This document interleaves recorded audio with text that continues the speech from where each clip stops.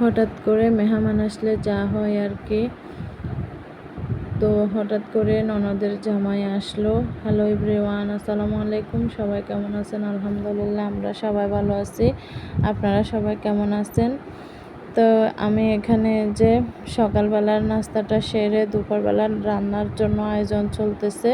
তো সকালের নাস্তাতে ছিল পরোটা, ডিম, তারপরে গরুর মাংস, কলিজা ভুনা মুরগির। তো এখানে দুপুরের জন্য আমি গরুর মাংস রান্না করতেছি, আর আমাদের হাজব্যান্ড বলতেছে আমার হাতে খিচুড়ি খাবে। আমার হাতে খিচুড়ি নাকি অনেক মজা হয়, আমি জানি না, তো ওরা বলতেছে।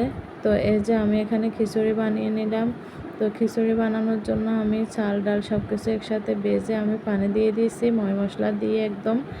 তো এখানে এই যে আমি কিছু জায়ফল একটু গ্রেট করে দিয়ে দিয়েছি। এই ফলটাকে একটু গ্রেট করে দিলে আমার কাছে খিচুড়ির সাথে অনেক ভালো লাগে।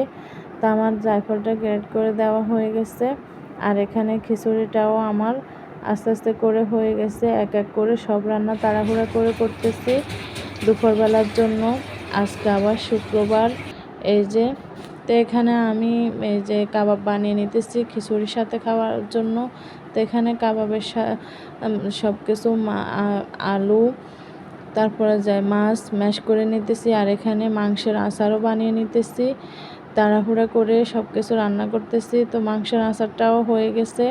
রেসিপিটা যদি আপনারা চান তাহলে আমি রেসিপি দিয়ে দেব।